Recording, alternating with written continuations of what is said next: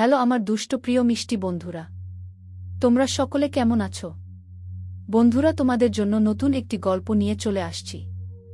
বন্ধুরা, তোমরা আমাকে যে পরিমাণ সাপোর্ট করেছো সেটা বলার মতো ভাষা নেই আমার কাছে। বন্ধুরা, গল্পটি না টেনে শেষ পর্যন্ত দেখলে আশা করি তোমাদের দাঁড়িয়ে যাবে এবং তোমরা হাতের কাজ করতে বাধ্য হবে। চলুন বন্ধুরা, গল্পটি শুরু করি।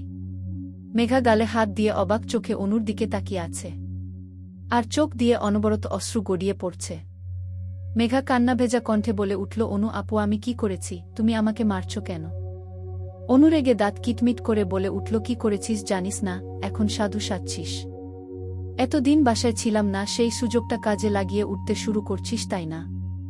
এই বলে অনু যেই মেঘার চুল ধরতে যাবে তখনই মেঘা অনুর হাত ধরে ঝাড়ি দিয়ে বলে উঠল, আমার অপরাধটা কি বলবে তো? শুধু শুধু কেন মারছ? অনু মেঘার এহেন কাণ্ডে ভীষণ রেগে গেল। মেঘাকে বিছানায় ধাক্কা দিয়ে ফেলে মেঘার গলা চেপে ধরল আর বলতে লাগল, এত বড় সাহস তোর, আমার মুখের উপর কথা বলিস, আমার গায়ে হাত দিস, তোকে আজ আমি মেরেই শান্ত হব। কি তোর অপরাধ শুনবি না? তবে শুন, তুই আমার কলিজায় হাত দিয়েছিস। এই মেহমিদের সাথে কি তোর? যদি কখনো মেহমিদের আশেপাশে দেখছি তো তোকে তো মারবই, সাথে তোর ছোট বোন মাটি, ওকে ও স্কুল থেকে ছেলেপেলেদের হাতে তুলে দিয়ে বলবো মাটির সাথে মিশিয়ে দিতে। বুঝেছিস? এদিকে মেঘার ধম বন্ধ হয়ে আসছে, গলা কাটা মুরগির মতো ছটফট করছে, চোখ দুটো উল্টে যাচ্ছে। তখনই দরজায় মাটি এসে কড়া নাড়ল। আপু, তোকে চাচি ডাকছে, বলেছে তাড়াতাড়ি গিয়ে মশলা বেটে দিতে। ও আপু, তুই দরজা লাগিয়ে কি করছিস? মাটির ডাকে অনু নিজের রাগ কন্ট্রোল করল। মেঘাকে ছেড়ে দিয়ে বলে উঠল, আমার কথাটা মাথায় গেঁথে রাখিস। এই বলে দরজা খুলে গটক করে চলে গেল। অনুকে নিজেদের ঘর থেকে বের হয়ে যেতে দেখে মাটি ভীষণ অবাক হল। মাটি অনুর যাওয়ার পানে তাকিয়ে থেকে ঘরে ঢুকতে ঢুকতে বলতে লাগল, এই ডাইনিটা আমাদের ঘরে এসেছিল কেন রে? এই বলে মাটি বিছানার দিকে তাকাতেই দেখতে পেল মেঘা শুয়ে জোরে জোরে শ্বাস নিচ্ছে। মাটি দৌড়ে গিয়ে জগ থেকে পানি নিয়ে মেঘাকে বিছানা থেকে উঠিয়ে পানি এগিয়ে দিল। মেঘা পানি এক নিঃশ্বাসে খেয়ে বালিশে মাথা এলিয়ে দিল। মাটি কাঁদতে কাঁদতে বলতে লাগল, আপু, তুই এমন করিস কেন? ওই ডাইনিটা তোকে মেরেছে, তাই না? ওকে তো আজকে মেরেই ফেলব। এই বলে মাটি উঠে যেতে নিলে মেঘা মাটির হাত ধরে টেনে বিছানায় বসিয়ে রাখল। মেঘা মাটিকে বলতে লাগল, এদের সাথে আমরা পেরে উঠব না মাটি, দিন শেষে আমাদের এখানেই থাকতে হবে। মাটি তাই বলে ওদের সব অন্যায় মাথা পেতে নিতে হবে, এর প্রতিবাদ না করলে ওরা আরও মাথায় চেপে বসবে। আর তুমি ওদের এত ভয় পাচ্ছ কেন? জেঠুরা তো আছেই, বিশেষ করে মেহমিদ ভাইকে জানালেই তো ওদের এত সাহস বাড়বে না। মেঘা, এই একদম না, এসব কাউকে জানাতে হবে না, জানালে পরিবারে আরও সমস্যা হবে। তাহলে জেঠুরা রাগ করে এখান থেকে চলে যাবে, পড়াশোনার জন্য আমাদের এখানেই থাকতে হবে ওদের সাথেই। আর আমি একা হলে না হয় ওদের অত্যাচারে মুখ বুঝে থাকতাম না, আমার সাথে তোর জীবন জড়িয়ে আছে। মাটি রেগে বলে উঠল, হয়েছে, শুনছি তোর নীতিকথা, আমি গেলাম আমার কাজে। এই বলে মাটি চলে গেল। মেঘা বিছানা ছেড়ে উঠে আয়নার সামনে দাঁড়াতেই দেখতে পেল গলায় 5 আঙুলের দাগ বসে গেছে।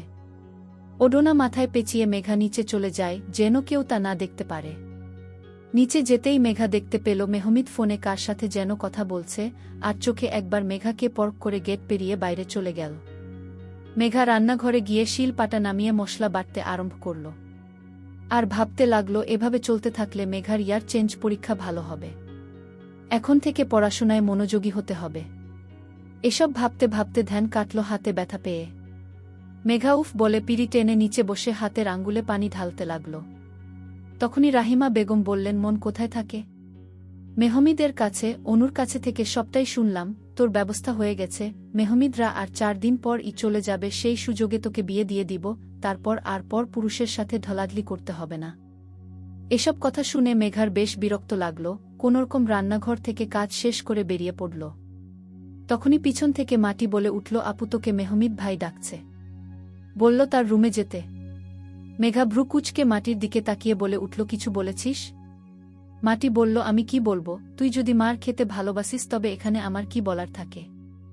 মেঘা এক পলক মাটির দিকে তাকিয়ে উপরে চলে গেল মেহমিদ এর রুমের দিকে। মেঘা মেহমিদের রুমের দরজায় নক করে বলে উঠল, মেহমিদ ভাই ডেকেছেন? মেহমিদ উত্তরে বলল, হুম, ভেতরে এসো। মেঘা কোনোরকম ওড়না ঠিক করে ভেতরে গিয়ে দেখতে পেল মেহমিদ বিছানায় বসে ফোন টিপছে। মেঘা ভেতরে প্রবেশ করে কিছুটা অস্বস্তি বোধ করল। মেহমিদ ফোনটা বিছানার পাশে রেখে মেঘাকে স্ক্যান করে দেখতে লাগল। এভাবে খুঁটিয়ে খুঁটিয়ে মেহমিদ মেঘাকে দেখছে বলে আমতা আমতা করে মেঘা বলে উঠল, কিছু বলবেন মেহমিদ ভাই? না মানে আমার কিছু কাজ আছে। মেহমিদ ভ্রুকুচকে বলে উঠল, কবে থেকে হুজুরিনী সাজা হচ্ছে মেঘ? মেঘা চমকে তাকিয়ে বলে উঠল, মানে? মেহমিদ বিছানা থেকে নেমে হাত দুটো ভাঁজ করে বলে উঠল, এই যে মাথায় ওড়না পেঁচিয়ে ইয়া লম্বা ঘোমটা দিয়ে কাজ করা, সারা বাড়ি ঘুরা ঘুরি, তাই একটু কনফিউজড। মেঘা তুতলিয়ে বলতে লাগল, এই এমনিতেই আমার ইচ্ছা হয়েছে তাই।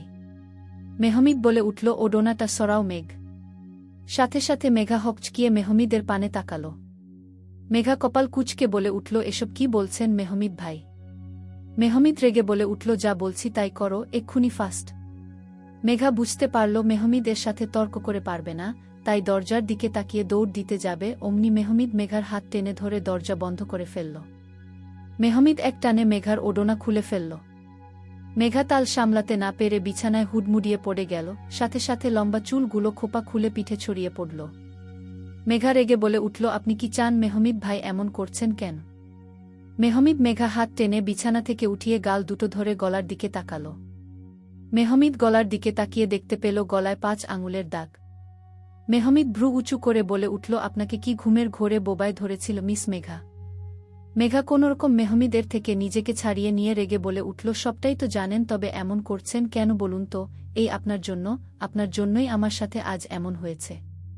দয়া করে আপনি আমার থেকে দূরে থাকুন। মেহমিদ শান্ত হয়ে চেয়ার টেনে বসে জগ থেকে পানি খেয়ে বলে উঠল, তারপর? মেঘা রেগে জোর গলায় বলে উঠল, তারপর আর কি? মেহমিদ বলে উঠল, বাহ বাহ, আমার সাথে জোর গলায়, তারপর? ছোটবেলায় ও আমার জন্য মার খেয়েছিলেন মিস মেঘা? মেঘা মেহমিদের কথায় চুপ হয়ে গেল। তারপর মেহমিদ বলে উঠল, আসলে আপনি এখনও প্রাচীন যুগে পড়ে আছেন মিস মেঘা, কেননা প্রাচীন যুগের মানুষেরা ছিল দাস প্রথায়, একজন মালিক থাকত আর দাসদের উপর চরম নির্যাতন চালাত, তাই দাসদের কুকুর বা গাধার সাথে তুলনা করা হতো। আপনাকে কোনটার সাথে তুলনা করা যায় বলুন তো? এবার মেঘা বুকটা ফেটে কান্না আসতে লাগল। মেঘা অসহায় দৃষ্টিতে মেহমিদের দিকে তাকিয়ে বলতে লাগল, আপনি তো মেয়ে হয়ে জন্ম নেন নাই মেহমিদ ভাই। তাই আপনি কি বুঝবেন, যাদের মাথায় উপর বাবা নামক গাছটি নেই, মা নামক রক্ষকটি নেই, তাদের জীবনটা দাস প্রথার ন্যায় চলতে থাকে। মেহমিদ বলে উঠল, হয়েছে, সারা জীবন মানুষকে নিজের দুর্বলতা দেখিয়ে বেড়াবা, আর মানুষ তোমার দুর্বলতায় আঘাত করবে না ভাবলে কি করে? যাই হোক, এবার থেকে আর দুর্বলতা নয়, নিজেকে একটি শক্তিশালী মানুষ হিসেবে তৈরি করো। আর কালকে থেকে তোমার টাইপিং ক্লাস শুরু। সকালে ঘুম থেকে উঠে পুকুর পাড়ে চলে এসো। এবার যাও। মেঘা মেহমিদের কথা শুনে চোখ মুছে নিজের ঘরে চলে গেল। দুপুর গড়িয়ে বিকেল হতেই সবাই খাওয়া দাওয়া করে নীল, শায়লা বেগম আর মোশারফ হোসেন রওনা দিল ঢাকার উদ্দেশ্যে। পরদিন থেকে এক নতুন সকাল তৈরি করবে মেঘা। কাউকে আর ভয় পাবে না এবার থেকে সে। এই ভেবে মেঘা মাটির দিকে তাকাল।